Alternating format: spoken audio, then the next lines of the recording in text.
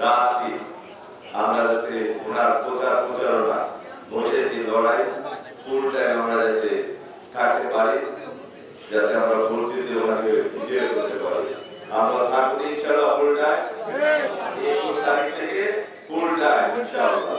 আমাদের জনগণের ভোটে নির্বাচিত মেয়র ইঞ্জিনিয়ার ইসরাক হোসেনকে নিয়ে যাচ্ছিলাম, সেই সময় একটি মহল, কুচক্রী মহল আমাদের মিছিলের বাড়ি হামলা করেছিল, আমাদের অনেককে রক্তাক্ত করেছিল।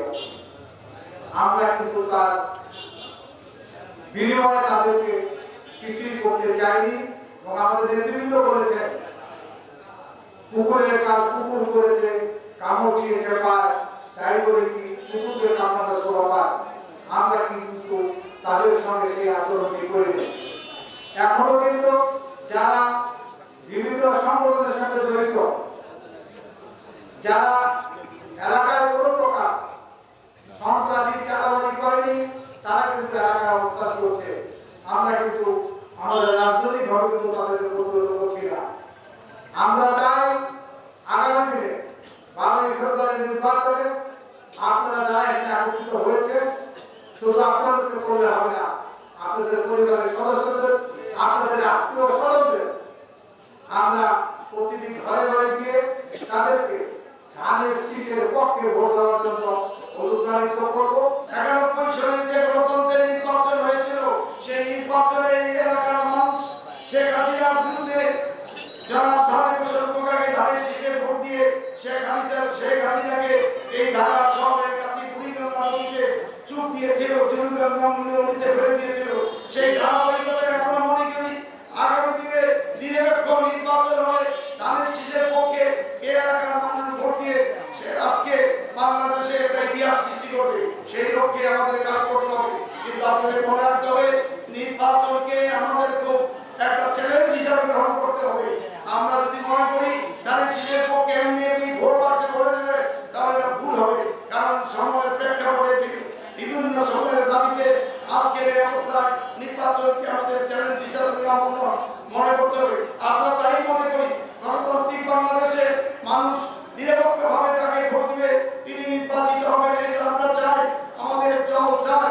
কিন্তু এই কাজটা করতে হবে আপনার আমার সকলে সর্বস্তরের নেতা কর্মীদেরকে ঐক্যবদ্ধ হয়ে ইস্পাত কঠিন ঐক্য গড়ে তুলে আজকে ধানের শীষের পক্ষে আমাদের কাজ করতে হবে। সমস্ত ব্যক্তিগত ভেদাভেদ ভুলে গিয়ে আমাদেরকে জাতি এবং দলের অস্তিত্ব অটুট রাখার জন্য আমরা এক হয়ে কাজ করব। রাজনীতি করতে এসেছি, নির্বাচনে একটা জয় থাকে পরাজয় থাকে, সেটা থেকেও বড় বিষয় হলো আমার কমিটমেন্ট, আমার আপনাদের প্রতি ওয়াদা, আমার আপনাদের প্রতি প্রতিশ্রুতি। রাজনীতির মাধ্যমে একটা বসবাসযোগ্য নগরী গড়ে তোলা, এই নগরীর যে বিশাল সমস্যা রয়েছে, আপনাদের এই 38 নম্বর ওয়ার্ডের কথাই যদি বলি, এখানে অনেক সমস্যা রয়েছে, রাস্তাঘাটের সমস্যা, যানজটের সমস্যা, ময়লা ধুলাবালি আবর্জনা দূষণ, গ্যাসের সমস্যা এবং জলাবদ্ধতার সমস্যা, বৃষ্টির মৌসুমে কি পরিমাণে এখানে নাজেহাল হতে হয় বাসিন্দাদের, এই সকল বিষয়গুলো আমরা অবগত হয়েছি। এবং দীর্ঘমেয়াদে যেমন আমরা একটা ক্ষমতার ভারসাম্য সকল প্রকার সংস্কারের প্রস্তাব দেওয়া হচ্ছে, সেগুলোকে বাস্তবায়ন করা যেমন আমাদের একটা প্রতিশ্রুতি। এর পাশাপাশি দৈনন্দিন যে সমস্যাগুলো রয়েছে, সেগুলো একটা আমাদের বাংলাদেশ জাতীয়তাবাদী দলের 31 দফার মাধ্যমে আমরা পরিষ্কার করে তুলে ধরেছি আমাদের প্রতিশ্রুতি। আমরা বাংলাদেশের স্বাধীনতা সার্বভৌমত্ব রক্ষায় কোন ধরনের আপোষ করব না। বাংলাদেশের যে ভূখণ্ড, আমাদের যে বর্ডার সীমান্ত, এইটিকে রক্ষার জন্য বাংলাদেশ জাতীয়তাবাদী দল শহীদ রাষ্ট্রপতি জিয়া রহমানের আদর্শ বুকে ধারণ করে এবং আমাদের নেত্রী দেশনেত্রী এবং খালেদা জিয়ার আদর্শকে বুকে ধারণ করে আমাদের নেতা দেশনায়ক জনাব তারেক রহমানের নেতৃত্বে বলিষ্ঠভাবে এই দেশকে পাহারা দেওয়ার জন্য আমরা সকল সময় প্রস্তুত রয়েছি ইনশাআল্লাহ। এটা হলো আমাদের প্রতিজ্ঞা, এটা হলো আমাদের ওয়াদা।